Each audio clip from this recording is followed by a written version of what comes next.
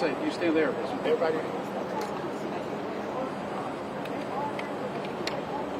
Chief, we have a lot of new people that came to Atlanta, which is actually good. Police presence in Henry County earlier this afternoon. Let's take you live right now to Grady Memorial Hospital, where officials are preparing to speak right now about what was happening as they work to arrest a murder suspect in Stockbridge. We do expect to hear new information from law enforcement right now at Grady Memorial Hospital. You see right there in the middle of your screen, Police Chief Darren Shearbaum with the Atlanta Police Department. There are a number of law enforcement agencies on the scene there in Henry County and Stockbridge. We do have a crew down there at that time. Let's listen in to what Darren Shearbaum is saying right now. I am joined by our Chief Operating Officer of the City of Atlanta, LaShondra Burks, as well as the U.S. Marshal for the Northern District of Georgia, U.S. Marshal Brown. Our Sheriff, Patrick Labat, is here, as well as Lieutenant Bonaparte from the Georgia State Patrol. Back on August the 20th, the city experienced the loss of one of the citizens in a domestic violence-motivated homicide. We lost on that day Courtney Reese.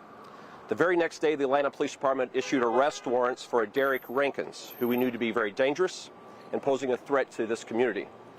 This morning, the Southeastern Fugitive Task Force, led by the U.S. Marshals, which is comprised of members of the Atlanta Police Department, as well as the Georgia State Patrol, went to a location in Stockbridge, Georgia, where we believe Mr. Rankins to be held up. At that location, Mr. Rankins opened fire on members of the Fugitive Task Force. During that exchange of gunfire, a member of this department, an 18-year veteran assigned to our fugitive unit, was injured. And thankfully, those injuries are not life-threatening. And I want to thank God for having the hand of protection of our officers today and the phenomenal staff of Grady Hospital for their work in providing medical care, which they continue to do behind us. Fortunately, no other members of law enforcement were injured. At this point, the suspect who we were seeking to take into custody is deceased, and the Georgia State Patrol, the Georgia Bureau of Investigation will be conducting an investigation into this officer-involved shooting. I do want to take time to thank the Sheriff of Henry County, Sheriff Scandrich, who used the helicopter of that department to transport our investigator from the scene of the shooting here to Grady Hospital so medical care could be rendered. And so at this point, our one investigator, we believe, will make a full recovery. I want to commend him for his bravery today. I want to commend every member of the Atlanta Police Department that reports to duty, keeps this city safe. And just thank our partners who you see gathered around us, who has arrived to show support and has been key in this operation today as we sought to take this individual into custody. And U.S. Marshal Brown, I'm going to turn it over to him to give comments at this time. Thank you, Chief. The U.S. Marshals Service is comprised of a number of officers, in addition as certified U.S. Marshal deputies, but police officers and sheriff deputies from throughout the metropolitan Atlanta area.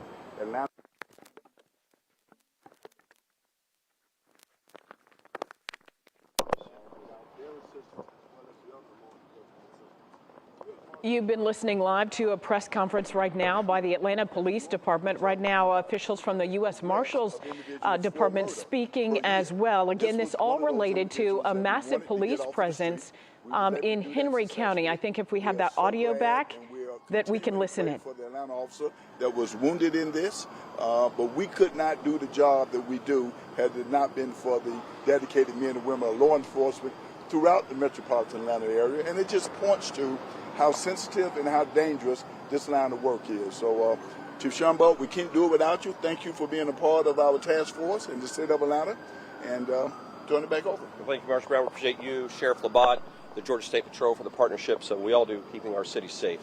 Open for any questions that you all may have now at this time. We've seen so many instances of law enforcement being involved in these either search warrant cases or whatnot to put their lives actually on the line, as in this case. Has this impacted how you all handle procedures and protocols now with seemingly a bolder take when it comes to confronting law enforcement? You know, this is a dangerous job, and I'm so thankful men and women every day say yes to this profession to protect this city, this county, and communities across the region. We have seen 2 members of law enforcement in the past week and a half lose their life, and our prayers continue to go out to Paulding County and to Carroll County. This is what we train for. We recruit men and women who have a quality to stand in the gap for their communities. We train weekly and regularly to make sure when an individual who poses harm to community doesn't want to go back to jail, that we can do so with the least risk to the citizens in the area that individual or law enforcement. This is what we train for. But I'm very thankful for men and women, particularly of the Atlanta Police Department, that serve the city, and very thankful that our investigator is going to make a full recovery. So your protocols, procedures have not changed due to this recent uptick in law enforcement involved shootings? Our training is always in the state of evolution for perfection and for betterment, and so it does not take one incident. We learn from all incidents, and we're always in the state of improving. Was the suspect shot on the self-inflicted wound that was unlocked? You know, the investigation will determine that. The Georgia Bureau of Investigation will assume the next phase to determine how this individual's lost his life, and that will be one of the areas we will investigate. Was it self-inflicted? What do you say to these perpetrators who feel like, they're one against the world, that, they don't really treat you guys with the respect even when you show up in numbers like this? You know, our job is to teach everyone with respect and to make sure justice is done. And for individuals that may think they're going to continue to break the law and place communities at risk, you see a strong coalition of law enforcement that stands behind me and that is present throughout our region. Men and women of integrity is who wear the uniform of law enforcement. We're going to take someone into custody, whoever they may be, whoever dangerous they may be, for the sake of our communities. Thank you, everyone. All right, thank you. Thank you all.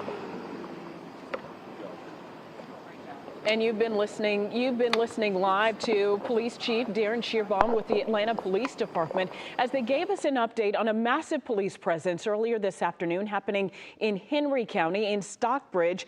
A number of law enforcement agencies respond to that. What we've learned is this all stems back to a murder on August 20th in the city of Atlanta, the murder of Courtney Reese, the primary suspect in that murder.